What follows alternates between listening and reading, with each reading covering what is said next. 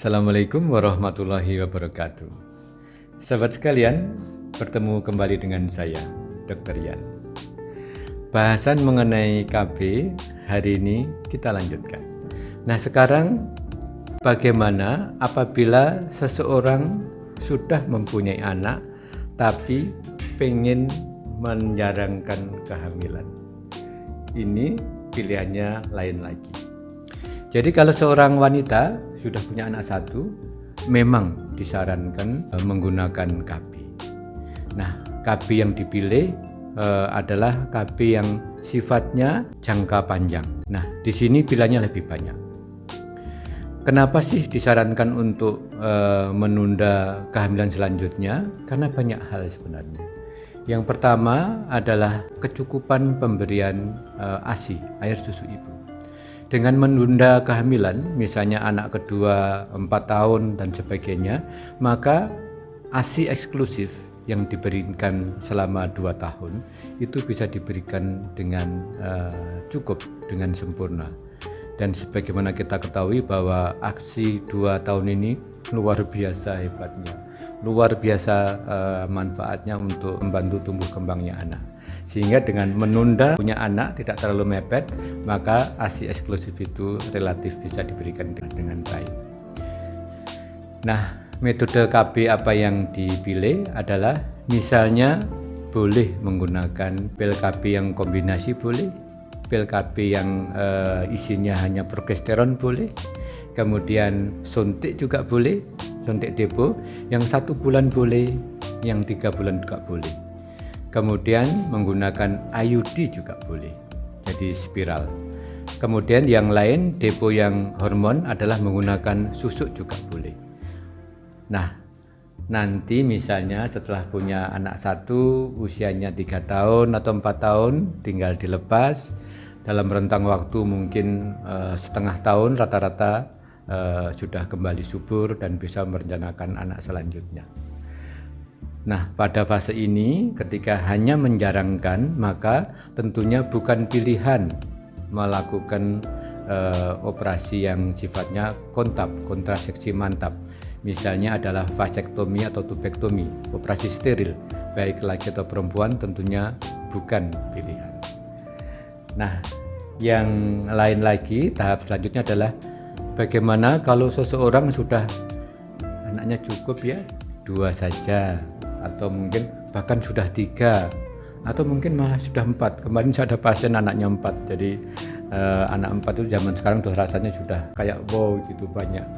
Padahal saya anak nomor 10, saya nomor 10 dari bungsu dari 10 bersaudara, tapi zaman dulu ya, sekarang sudah nggak zamannya lagi.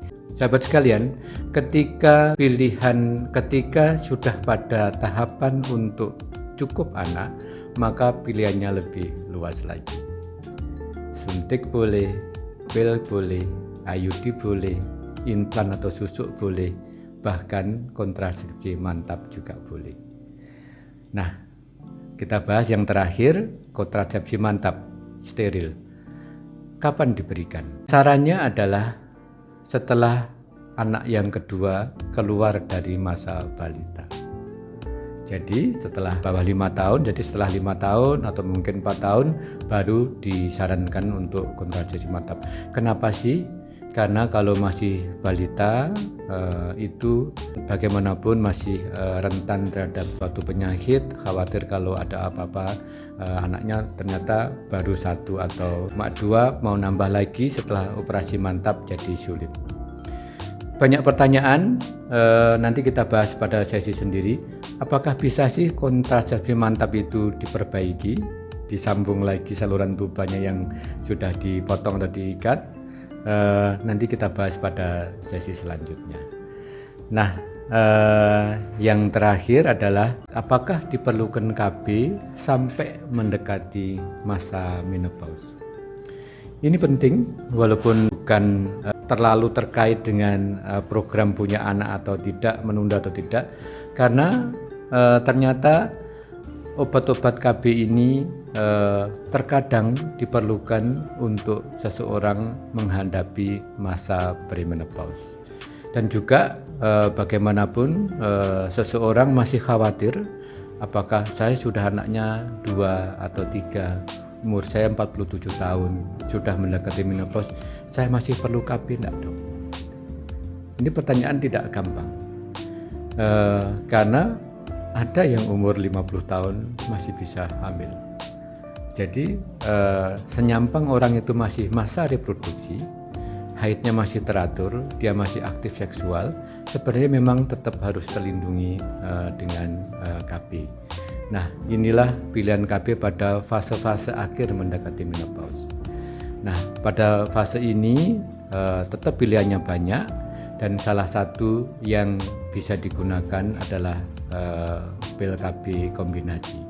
Kenapa demikian? Karena dengan pil KB kombinasi ada hormon 2, estrogen dan progesteron. Nah, estrogen ini membantu memasuki masa premenopause dan menopause lebih baik. Karena estrogen ini memang hormon utama wanita, nanti biar kulitnya tetap baik, tetap lembut, tetap kenyal, tulangnya tidak keropos, pembuluh darahnya tidak kaku, libidonya tetap terjaga, tidak kering ketika berhubungan seksual dan sebagainya. Nah, ini salah satu hal yang bisa dikonsultasikan terkait pilihan KB pada fase-fase menjelang menopause. Demikian, semoga seri ini memberikan manfaat. Silakan ajukan pertanyaan atau pengalaman Anda, nanti akan kita bahas pada sesi ASMI Tanya Dr. Yan. Demikian, take care, stay healthy, see you tomorrow.